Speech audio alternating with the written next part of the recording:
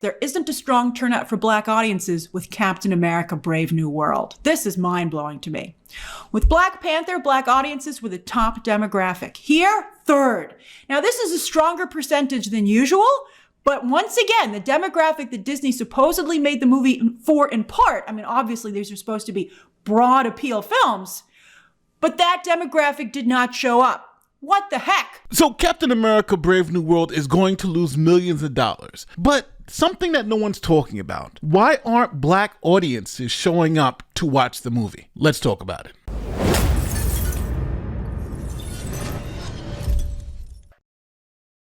So if you clicked on this video, you know Disney has had a major problem with most of its new movies. Now this is in contrast to not too long ago where whatever Disney put out made $1 billion at the box office. Live action remake of Beauty and the Beast, $1 billion. The Marvel Cinematic Universe's Captain Marvel, $1 billion. And Star Wars: The Force Awakens, $2 billion. Now, if you want to fast forward to current events, one of Disney's most popular properties, Snow White, which they're turning into a live action movie, is set to bomb at the box office. And movies like Captain America: Brave New World, which introduced the Black Captain America, and The Marvels, which had an all-female superhero cast, they also bombed at the box office. Now, there were two ways of thinking about why Disney movies started failing. One side blamed Disney's quote-unquote toxic fan base, claiming that they were misogynistic and racist, and this is why the newer movies featuring more diverse characters were failing. Now, I need to make this clear. Disney made the conscious effort to turn most, if not all, of its characters from male to female. Now, I'm sure you've heard the term MCU. It's being used by some fan communities. And yes, the term is extremely offensive, but it's also becoming undeniably true. Does a female character need to be spotlighted in every single project? Like at first it's like, whoa, calm down. So some female characters are, getting attention. Deal with it. But now I think all of us are like, it's getting to be a lot. What are you guys doing over there? And none of them are connecting. None of them are working.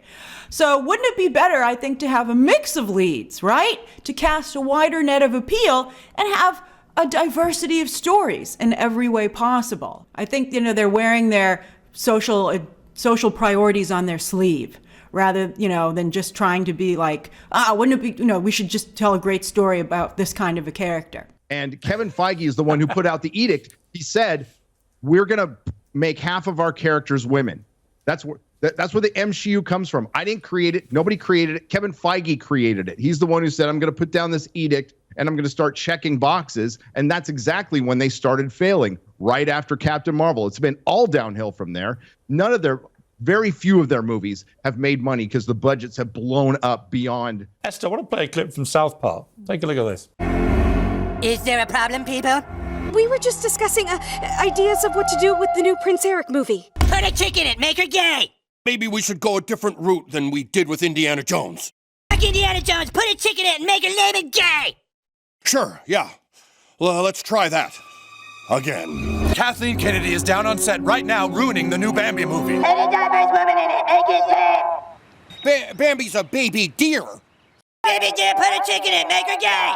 The side was saying that Disney's fandom was causing the movies to fail because they were essentially misogynist and racist. It's time we talked about the MCU and the ever-growing toxicity within the fandom, specifically the hate and anger geared towards the women of the MCU. I don't know if he coined this term, but I've definitely seen it used the most by him, but he refers to the MCU as the MSHU, which is very creative and obviously pokes fun at how there are more and more female characters coming into the MCU, which is a very bad thing. It's a horrible, life-threatening, apocalyptic trend that's ruining the movie industry as we know it. It's exactly the same as how people of color are coming into our lands and killing off the white race. At least that's what I imagine these sound like inside their own heads. That was of course satire, people. Don't take it seriously. So on one end, they're blaming the fans for being racist and sexist, and on the other end, they're blaming Disney for trying to force a narrative down people's throat. Now the question is, how can you determine which side has the better argument? So to answer this question, I decided to just look at the numbers. Now to answer this question, I started looking at movies that targeted particular groups. For instance, like the Black Panther movies and Captain America: Brave New World, which specifically targeted the African-American community. And since we're talking about the MCU, I also looked at some of their movies that targeted women audiences. audiences, like Wonder Woman, even though it was a DC movie, and then Captain Marvel and the Marvel. And now since we have the numbers, we can see how Disney's plan of trying to attract more women or even more minorities to the superhero genre has worked over time. So first, let's start with how Disney targeted the black community. Now, when the original Black Panther came out, it was billed as the black superhero, targeted heavily toward minority audiences. And they came out and saw the movie in droves. All right, so the biggest demographic was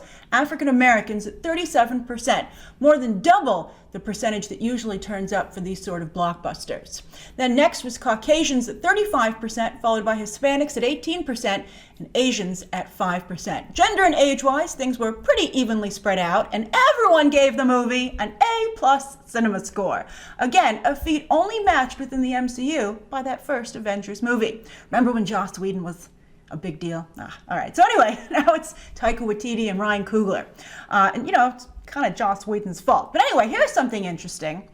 33 AMC theaters set revenue records for a single movie with Black Panther, but they wouldn't divulge which theaters. They would only hint that some are in the Atlanta area, which has one of the largest African American populations in the United States. Now, Black Panther had a 4-day opening weekend and made $242 million over those 4 days, with an average ticket price of $9. Now, if you do the math, that comes out to about 26.9 million tickets sold. And African Americans, since they were 37% of the ticket buying audience, that comes out to almost 10 million people who are African American who went and saw Black Panther in the opening weekend. Just like there wasn't a strong turnout for women with the Marvels, there isn't a strong turnout for black audiences with Captain America: Brave New World. This is mind-blowing to me.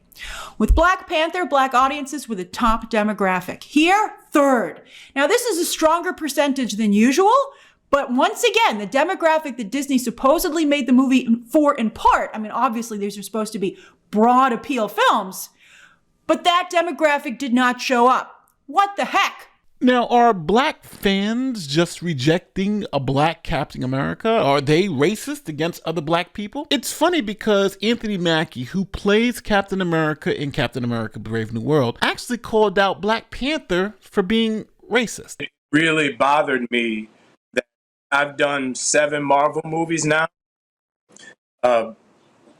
Every producer, every director, every stunt person, every costume designer, every PA, every single person has been white. Mm-hmm. We've had one black producer. His name was Nate Moore. He produced Black Panther. But then when you do Black Panther, you have a black director, black producer, you have a black costume designer, you have a black stunt choreographer, you have a black, and I'm like, that's more racist than anything else. Because if you only can hire the black people for the black movie, are you saying they're not good enough when you have a mostly white cast? Now, I know my fans, and the first thing you're going to say is, well, what about Black Panther Part 2, Wakanda Forever? How did that do? Well, that movie was also a success, and black people supported it heavily. Back in 2018, this to me is one of the most troubling things about the new movie. Back in 2018, the original Black Panther had a pretty even split between black and Caucasian moviegoers, as you can see, 37 versus 35%. Kumbaya, baby. Everybody went and had a great time.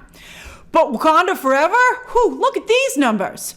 44% black. That's incredible. That's almost as high as the Woman King was even higher, which is also an incredible movie. But anyway, 44% black is almost unheard of.